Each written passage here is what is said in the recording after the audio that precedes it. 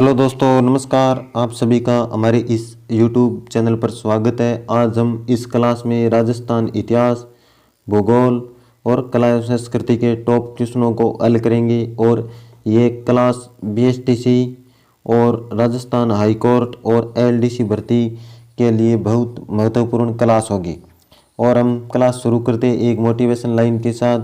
जिंदगी जीना आसान नहीं होता, बिना संघर्ष के कोई महान नहीं होता, और जब तक न पड़े हथौड़ों की चोट पत्थर भी भगवान नहीं होता। यानी ज़िंदगी में संघर्ष करना बहुत कठिन है, और बिना संघर्ष किए कोई महान आदमी नहीं बन सकता है। और जब तक पत्थर को मूर्ति नहीं बनाई जाती है तो पत्थर को कोई भगवान नहीं मानता है। इसी के साथ हम आगे बढ़ते हैं। क्वेश्चन संख्या 1 है कि हनुमानगढ़ जिला किस वर्ष बनाया गया था। हनुमानगढ़ जिला किस वर्ष बनाया गया था? तो 1991, 1992 और 94 और 97।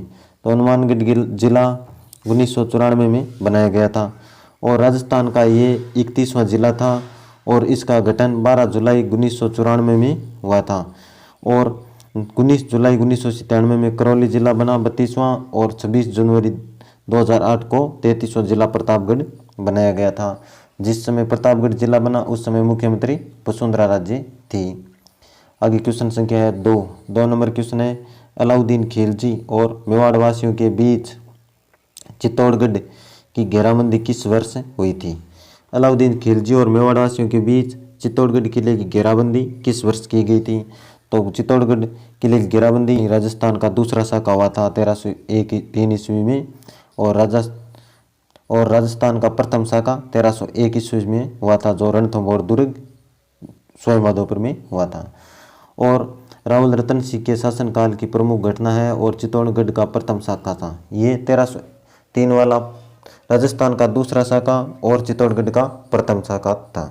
और दिल्ली के सुल्तान अलाउद्दीन खिलजी ने 1303 ईस्वी में चित्तौड़गढ़ का किला फतेह किया, और मलिक मोहम्मद जायसी की पद्मावती के अनुसार ये युद्ध रावल रतन सिंह की अति सुंदरी महारानी पद्मिनी के लिए हुआ था।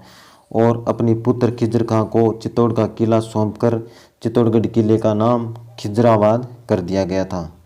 और इस किले को जो अलाउद्दीन खिलजी ने इस किले को जीतकर और अपने पुत्र खिजर खां को सौंपा, और इस किले चित्तौड़गढ़ किले का नाम खिजराबाद कर दिया था। और ये 1303 ईस्वी की घटना है। आगे आता है क्वेश्चन संख्या 3 नंबर क्वेश्चन है, किस चौहान शासक ने 12वीं शताब्दी ईस्वी में बिसलपुर की स्थापना की थी। यानी किस चौहान शासक ने 12वीं शताब्दी में बिसलपुर की स्थापना की थी? तो ऑप्शन है उदयसिंह और राणा सांगा और राणा हमीर और विग्रहराज चतुर्थ। तो चौहान शासक को 12वीं शताब्दी में बिसलपुर की स्थापना विग्रहराज चतुर्थ ने की थी। विग्रहराज चतुर्थ के द्वारा एक वर्तमान टोंक जिले में बिसलपुर गांव में बिसल सागर तालाब का निर्माण भी करवाया गया था। विग्रहराज चतुर्थ ने एक बिसलपुर गांव में एक टोंक जिले के बिसलपुर गांव में एक बिसल सागर तालाब का भी निर्माण करवाया था। इसका काल चौहानों का स्वर्ण काल कहलाता है, और ये कवि बांधव के नाम से भी लोकप्रिय थे। और बिसल देव ने हरिकेली नाटक की भी रचना की थी।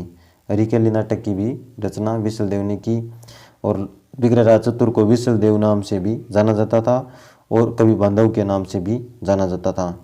आगे क्वेश्चन संख्या आता है 4 नंबर क्वेश्चन है कि निम्नलिखित में से किसने टोंक में नृत्य गायन और संगीत के लिए एक शानदार हॉल सुनहरी कोठी का निर्माण करवाया।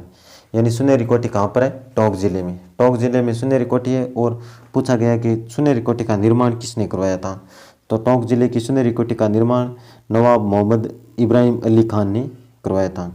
सुनहरी कोठी का निर्माण का कार्य 1824 ईस्वी में नवाब वजीउद्दौला के द्वारा किया गया, और इसकी दूसरी मंजिल नवाब इब्राहिम अली खान ने 1870 ईस्वी में बनवाई। और उस समय ये कोठी दीवान ए खास के नाम से जानी जाती थी, जो 1870 ईस्वी में 1870 ईस्वी में नवाब मोहम्मद अली खान ने इस कोठी का निर्माण करवाया था। और उस समय ये कोठी दीवान ए खास के नाम से जानी जाती थी।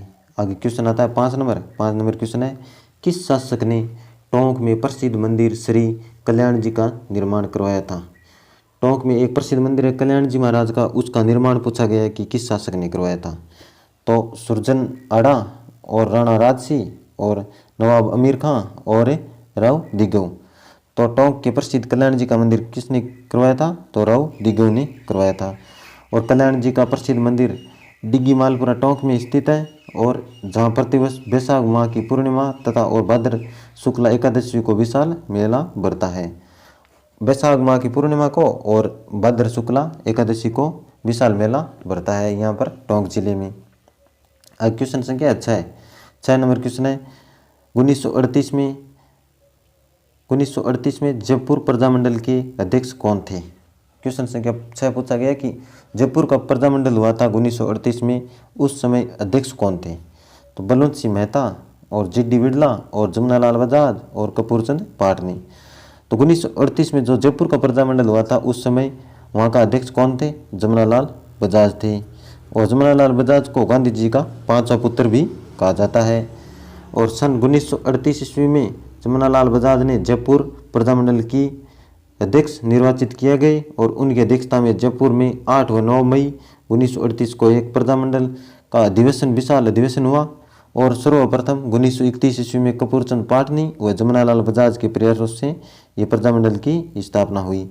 प्रजामंडल की स्थापना कब हुई? 1931 में हुई सर्वप्रथम, और कपूरचंद पाटनी और जमुनालाल बजाज के प्रयासों से जयपुर का प्रजामंडल शुरू किया गया था। और आगे 7 नंबर क्वेश्चन है 1916 में किसने बिजौलिया किसान पंचायत का आयोजन किया था? बिजौलिया किसान पंचायत का आयोजन किसने किया था 1916 में? उसके बारे में पूछा गया है। नानजी पटेल और मानिकलाल वर्मा और जमुनालाल बजाज और विजय सिंह पथिक।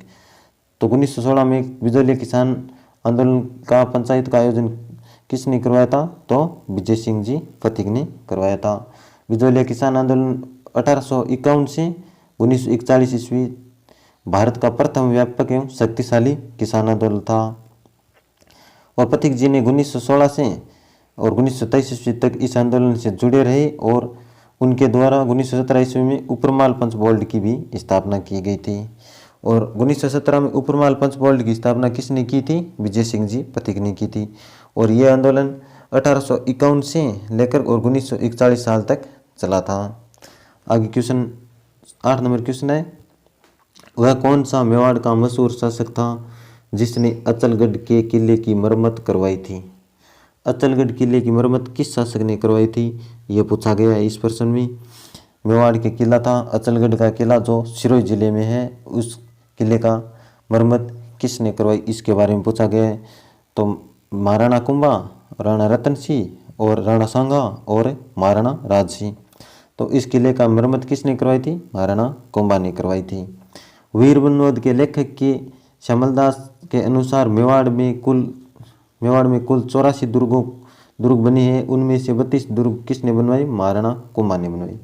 यानी वीर विनोद के लेखक श्यामलदास जी के अनुसार मेवाड़ राज्य के कुल 84 दुर्गों में से 32 दुर्ग किसने बनवाई? महाराणा कुंभा ने बनवाई। और जिनमें से अचलगढ़ सिरोही और कुंभलगढ़ राजसमंद और बसंती दुर्ग सिरोही भी प्रसिद्ध है। और कुंभा ने कई जर्जर दुर्गों का जीर्णोद्धार करवाया था। आगे क्वेश्चन संख्या आता है 9 नंबर क्वेश्चन है माउंट आबू में कौन सा जैन मंदिर स्थित है? माउंट आबू में पूछा गया कि कौन सा जैन मंदिर स्थित है? तो कामाख्या, देलवाड़ा और महावीर और रणकपुर जैन मंदिर। तो माउंट आबू में कौन सा जैन मंदिर है? तो देलवाड़ा जैन मंदिर है। और देलवाड़ा माउंट आबू सिरोही के जैन मंदिरों 11वीं से 13वीं सदी के सोलंकी कला के अद्भुत उदाहरण हैं। यानी भीमलसई जैन मंदिर का निर्माण गुजरात के चालुक्य महाराजा भीमदेव ने करवाया और भीमदेव के मंत्री ने करवाया और सेनापति बिमल शाह ने भी करवाया था। आगे क्वेश्चन आता है 10 नंबर क्वेश्चन है बीकानेर का कौन सा शासक अकबर और जहांगीर की दोनों की सेवा में रहा था? बीकानेर का यानी कौन सा शासक था जो अकबर और जहांगीर दोनों की सेवा में रहा था? तो राव बीका और रायसी और कल्याणमल और दलपत। तो बीकानेर का कौन सा शासक था? तो रायसी था जो अकबर और जहांगीर की दोनों की सेवा में रहा था। राव कल्याणमल की मृत्यु के बाद बीकानेर के शासक बने रायसी और उनका शासनकाल था 1574 से 1612 ईस्वी तक रहा। और अकबर के समय रायसी का मुगल दरबार में विशेष सम्मान था। वह स्वभाव से उदार और सहिष्णु था और मुंशी देवी प्रसाद ने इसकी दानशीलता प्रवृत्ति के कारण उसे राजपुताने का करण कहा। राजसी को राजपुताने का करण कहा जाता है और कलयुग का करण किसको कहा जाता है? लूण करण को। आगे क्वेश्चन आता है 11 नंबर क्वेश्चन, निम्नलिखित में से कौन सा लोकप्रिय नृत्य गुज्जर समुदाय से संबंधित है? लोक नृत्य पूछा गया है जो गुज्जर समुदाय से संबंधित है। आग नृत्य, तेरह ताली नृत्य और चरी नृत्य और गैर नृत्य। तो गुज्जर समुदाय से संबंधित कौन सा नृत्य है? चरी नृत्य। चरी नृत्य कहाँ का है? किशनगढ़, अजमेर व आसपास के क्षेत्र में गुज्जर जाति के महिलाओं द्वारा गणगौर पुत्र जन्म पर और विवाह शादियों में ये मांगलिक अवसरों पर यह चरती नृत्य किया जाता है। यानी गणगौर पर और पुत्र प्राप्ति यानी किसी का जन्म हो तब और विवाह के समय ये मांगलिक अवसरों पर ये चरी नृत्य किया जाता है गुज्जर जाति की महिलाओं द्वारा। आगे क्वेश्चन आता है 12 नंबर क्वेश्चन है, जोधपुर का लोकप्रिय नाम क्या है? जोधपुर का लोकप्रिय नाम क्या है? पीली नगरी जैसलमेर को कहा जाता है नीली नगरी जोधपुर को कहा जाता है और गुलाबी नगरी जैसलमेर को कहा जाता है। पीली नगरी किसको कहा जाता है? जैसलमेर को, गुलाबी नगरी जयपुर को और नीली नगरी जोधपुर को कहा जाता है। आगे आता है 13 नंबर क्वेश्चन है, विभिन्न कला स्वरूप और स्थानों निम्नलिखित जोड़ों में से कौन सा जोड़ा सही ढंग से मेल नहीं खाता? तो थेवा कला कहाँ की है? प्रतापगढ़ की है, जोधपुर की नहीं है। और उस्ता कला बीकानेर की है और कुंदन कला जयपुर की है और जस्ते से निर्मित पानी की बोतलें जोधपुर की है, हनुमानगढ़ की नहीं। कुंदन कला जयपुर की है, ये ऑप्शन सी सही हो जाएगा। थेवा कला क्या की है? प्रतापगढ़ की। उस्ता कला बीकानेर की। जस्ते से बने बादला की बोतलें जोधपुर की प्रसिद्ध है। अब क्वेश्चन आता है 14 नंबर, उत्तरी भारत का पहला रावण मंदिर है। पहला रावण मंदिर पूछा गया कहाँ पर है? राजसमंद में, जोधपुर में, अलवर में और जालौर में। तो उत्तरी भारत का रावण मंदिर, पहला रावण मंदिर कहाँ पर है? तो जोधपुर जिले में पहला रावण मंदिर है। उत्तरी भारत का पहला रावण मंदिर जोधपुर के मेहरानगढ़ किले के पास स्थित एक अमरनाथ महादेव एवं नवग्रह मंदिर परिसर में बनाया गया था। यानी मेहरानगढ़ के किले के पास और अमरनाथ महादेव एवं उनके नवग्रह मंदिर परिसर में इसका रावण मंदिर बनाया गया था। और रावण की शादी जोधपुर के ओझा जाति की ब्राह्मण की पुत्री मंदोदरी से हुई थी। यानी रावण की शादी कहाँ पर हुई थी? जोधपुर में ओझा जाति की ब्राह्मण की पुत्री मंदोदरी से हुई थी और इनकी शादी की चौरी मंडोर जोधपुर में है। आगे क्वेश्चन आता है 15 नंबर क्वेश्चन है, लाचा गुजरी की गाय चोरी हो जाने पर किस लोक देवता ने उसकी सहायता की थी? तो रामदेव जी, गोगा जी और तेजा जी और बाबू जी। तो लाचा गुजरी की गाय जब चोरी हो जाती है तो तेजा जी ने सहायता की थी, तो ऑप्शन सी सही हो जाएगा। वीर तेजा जी सूर्य देवता खरनाल नागौर, यानी खरनाल नागौर नागों से जाट थे तेजा जी और अजमेर जिले के प्रमुख लोक देवता माने जाते हैं। और लाचा गुजरी की गाय मेरों से छुड़ाने हेतु उसने प्राण को त्याग दिया था और इनका मुख्य स्थान खरनाल नागौर और अजमेर के सुरसुरा एवं ब्यावर, सेंद्रिया व भावरा में है। पर्वत नागौर व अन्य स्थानों में भाद्रपद शुक्ला दशमी तेजा दशमी को मेला लगता है।